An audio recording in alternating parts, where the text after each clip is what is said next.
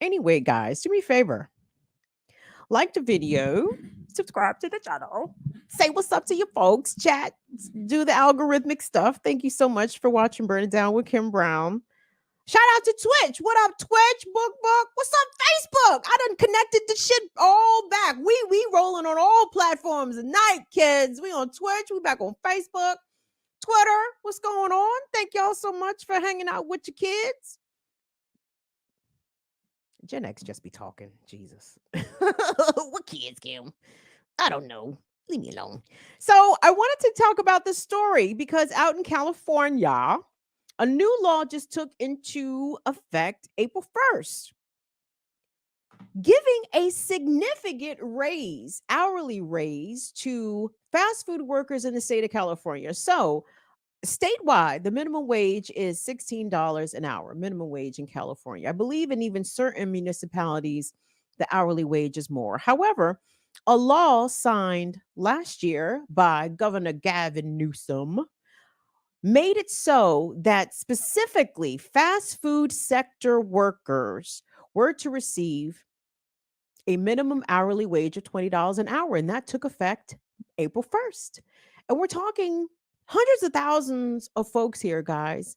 And this was a long effort of organizing. I know union groups like SEIU were pivotal. I can imagine all of the other smaller labor organizations that helped to bring this. I believe the SEIU leader out in California said this was 10 years in the making, guys. And when you think about fights that have happened across the country over the past, let's say, decade, like Fight for 15, etc., to hear that fast food workers specifically now make $20 an hour in California, to me sounds pretty significant. Now, let's be clear. $20 an hour in California. I don't give a fuck what part of California you in. You up top, you up there in the Bay, you in the Midway, you in motherfucking Central Coast, Sacktown, the Bay Area, the back down. Cali is where we put our Mac down, so give me love. San Diego, you know what I'm saying? What's up, Rosalba? $20 an hour is still not a lot of fucking money, right? Because I think it comes out to an annual salary of about 41,000, somewhere in there. Still slim livings off 40K in a very expensive state to live in as California. But I want us to take a look at some of the people that this change in the hourly wage will affect. So I think this is the first clip is going to be from CBS News, and it starts off interviewing a Black woman, whom, by the way, a large majority of fast food workers are women, migrants, Black people, other people of color, younger people, right? Some of the most exploited labor groups in America work fast food. So this significant boost in wage from $16 an hour to $20 an hour could make a significant difference in some of these folks' paychecks. So let's take a look at this piece. I believe this is from CBS News. Let's take a look. Homeless mother of 6 just got a big pay boost from her job at Jack in the Box. The day is finally here. After years of battling business owners, workers at California fast food restaurants with 60 or more locations will now be paid at least $20 an hour. That amounts to a 25% jump from the state's minimum wage overnight. What does this raise mean for you and your family? Hope. But it's not good news for everyone. Real world impacts are already being seen. Businesses are potentially looking at reducing hours, laying off employees. Are your employees worried that their hours might get cut? They're already seeing it happen, unfortunately. Alex Johnson is a franchise owner of 5 Cinnabons and 5 Auntie Anne's pretzel shops in the Bay Area. We've already raised prices anywhere from 10 to 15% over those last 3 years, but we're looking to do the same again now with this wage increase. He says a pretzel that cost $3.99 in 2019 will soon cost $7. Even at Jack in the Box, where Anisha Williams works, menu prices could soon rise up to 8%. A small price to pay, she says, for a life-changing wage increase. Do you think this raise could help you finally find a place to live? I'm really crossing my fingers, my toes, and whatever else. But yes, I believe that it can help. It's a start. Some restaurant owners tell me the wage increases are causing them to look into automating more aspects of the business, like self-service kiosks for ordering and even robots that can flip burgers. Carter Evans, CBS News, Los Angeles. So the very beginning part of that piece got cut off. So what the Black woman, her story is that she is a homeless mother of six. Homeless mother of six working at Jack in the Box. So when the reporter came back and asked her later on, do you think this wage increase will help you get a place? And she still wasn't certain that even with a 25% increase in her wages, that it would still be enough for her and her family to be able to afford housing in California. And she has a job, beloveds. Okay.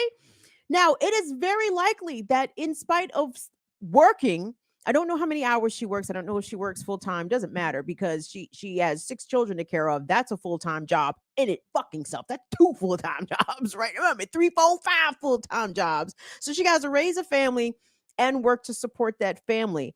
But chances are she's still receiving some kind of assistance. Now, I don't know that for a fact. That was not disclosed in the report, but I'm surmising here because so many of our hourly wage earners are people who work in sectors that still rely on government subsidy of some kind, be it in the form of food stamps, be it in the form of subsidized housing, Section 8 in some way. Like people still have full-time jobs out here or work full-time hours or work as many hours as they're able given their family limitations or their childcare limitations and still rely on government assistance. And yet Jack in the Box, McDonald's, Chipotle, motherfucking Starbucks, all these corporations that are now bitching about this new law going into effect. Do they repay us, the taxpayers, for subsidizing their workers' living expenses? Of course they don't. They complain that now their bottom lines are going to be cut into. So now they're going to have to cut hours and even try to automate positions. Go, okay, motherfuckers. These motherfuckers have been talking about putting in the robots every goddamn where for decades. And I know the robots have shown up in some places and they still have not shown up in some places. You still need humans around to do certain functions. I was a little resentful of the franchise owner, the gentleman there who owned what he said 5 Auntie Anne's and 5 Cinnabons or something like that, and saying that the price of the Cinnabon was going from $3 or $3.99 to $7. How come the reporter didn't ask him how much he made? You know what I mean? Like, these is my questions. Like, oh yeah, we're gonna have to start paying people $20 an hour. Yeah, we're gonna have to cut hours and all that stuff. So, okay, well, how much do you make owning 10 franchises? Okay, so if you have to pay your workers $20 an hour, how much less will you make, or will you even make less? You know what I mean? Like, we're not asking the right questions here. Like we're not asking the riches, the richie folks, the franchise owners and the corporations.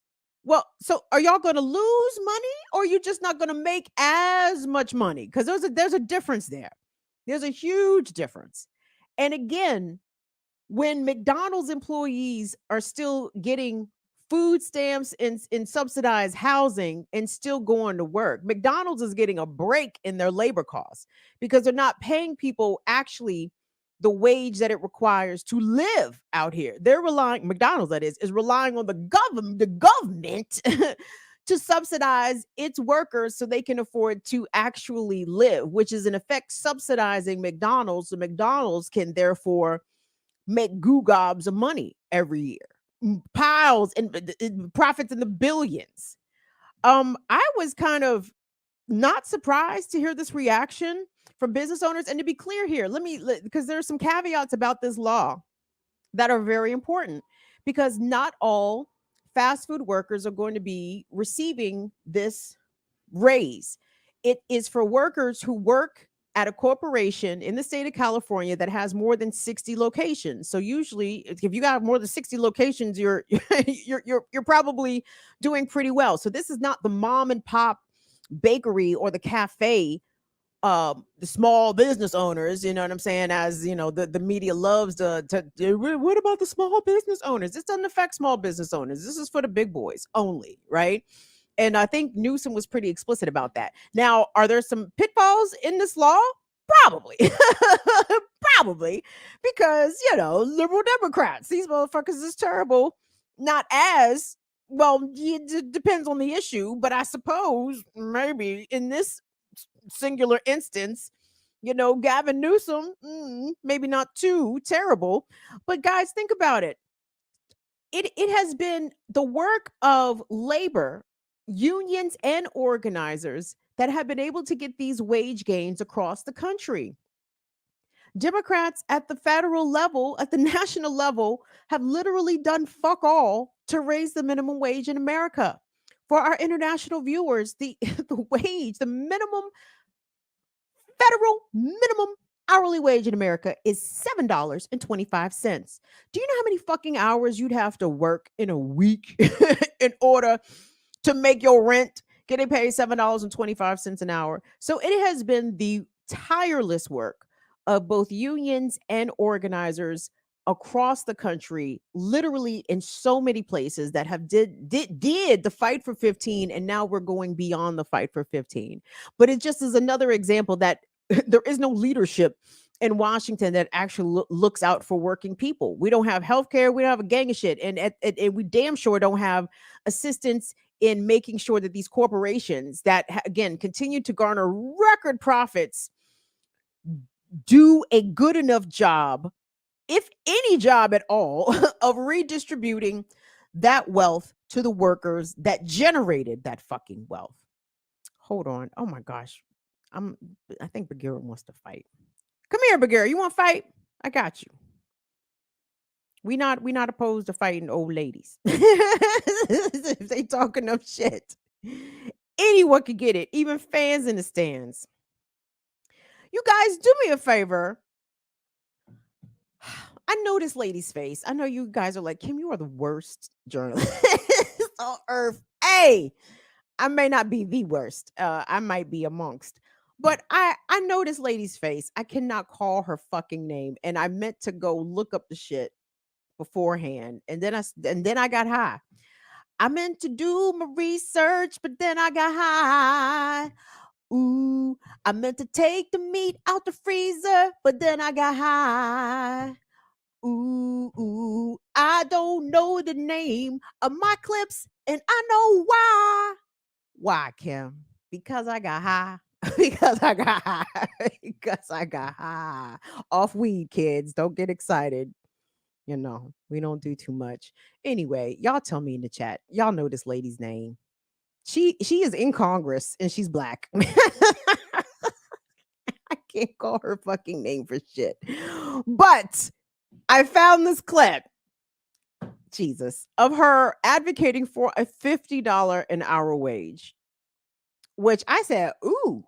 I said, they're going to put her out of the Democratic Party talking like that, black lady.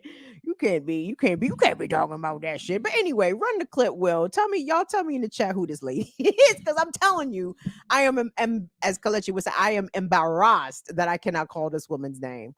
So my apologies for that, but y'all know this lady. So go ahead, run the clip, Will.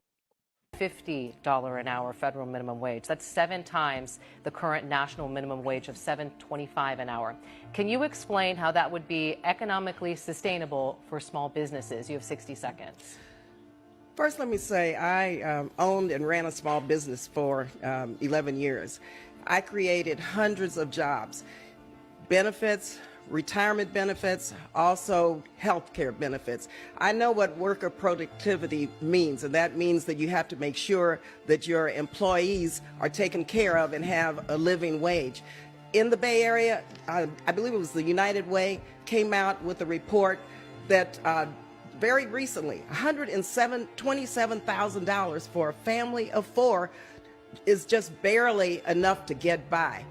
Another survey very recently, $104,000 for a family of 1, barely enough to get by. Low income because of the affordability crisis. And so just do the math. Just do the math. Of course, we have national minimum wages that we need to raise to a living wage. You're talking about $20, $25, fine. But I have got to be focused on what California needs and what the affordability factor is when we calculate this wage. Barbara Lee, OG, triple OG. Thank you, Alicia. Thank you, James. I looked at her. I said, who was that? Sheila Jackson? Started doing a process of elimination. Okay, that's not Maxine Waters. That's not Karen Bass. I said there's only a handful of black women in Congress. Who could it be, Kim? Barbara Lee. Look at the chat on it per usual.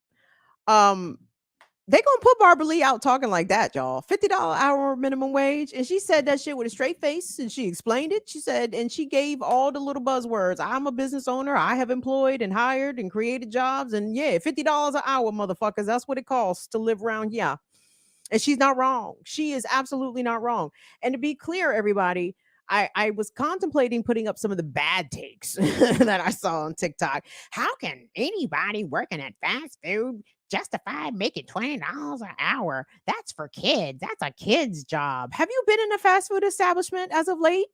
It is people across the age demographic spectrum working up in there. No, fast food jobs are not exclusively for children. In fact, there are people working fast food jobs now supporting fucking whole families. And I think it's time for America to fucking grow up and face facts here that the American dream of being able to work 40 hours without a college degree, with a high school diploma, being able to work 40 hours and be able to buy a home and buy a car and support two children, maybe even send the kids to fucking college. It's a farce, everybody. It is a false sale. There are fewer and fewer people that are able to achieve that. And in fact, there are fewer and fewer people that are able to simply achieve, and let me not say simply, because that's kind of condescending of me to even say that, but fewer and fewer people who are able to achieve being able to remain housed. Okay. And it's not due to any fault or shortcomings of their own. People, we are literally being priced to the fucking sidewalk. Okay. Wages are overall stagnant. That's why, fuck Gavin Newsom for being just a dipshit liberal. Okay. But, he did something, right? Where the fuck Joe Biden has done nothing, right? So, okay, good. Something is a start. And to be clear, the something affects the most vulnerable and marginalized workers, which is why I'm here to applaud it in part. I'm sorry, I don't feel bad for the franchise owner of 10 locations that this motherfucker might only clear. He cleared $350,000 in profits last year, and this year he might only clear 287,000. Oh, why? Why, nigga? I don't care. You still a rich bitch out here. You know what I'm saying? You still living housed, and a lot of your workers probably are not. So I don't feel empathy or sympathy for people who will still continue to make money. They will just make a little less of it because they actually have to pay their workers. And that is the thing. Something about the American business owner aspiration, like people just can't wait to get in a position to exploit people. Right? like I need a service done, or I need to hire somebody. What is the least amount that I can pay this person but I expect them to give me my maximum, right? It's the fucking owner slave dynamic. And it's like, you motherfuckers, y'all need to get off that shit. The pandemic done shifted the paradigm a bit here. And to be clear, to get this raise in the minimum wage passed, it was a lot of the pandemic era conditions that helped to really hasten this process along. So I did want to congratulate California, I guess. I mean, $20 is still not enough if we keep it in a buck. And it's weird because it's like, I'm glad people got a little bit extra, but it's still not enough. It's not enough. I think fast food workers absolutely deserve $20 and more. It is hard work. It is on your feet work. It is dealing with sometimes irate customers. Most important, Lee, they are handling food. You know what I mean? And I hope, as I hope in all food establishments, that the highest standards of safety and cleanliness are being adhered to. And if you have to pay a little extra for that alone, it's worth it, right? It's worth it. It is absolutely worth it. So congratulations to the fast food workers in Cali who got their $20 an hour. But it needs to be $30 or more an hour for all minimum wage workers, period. And that is across the board without exception.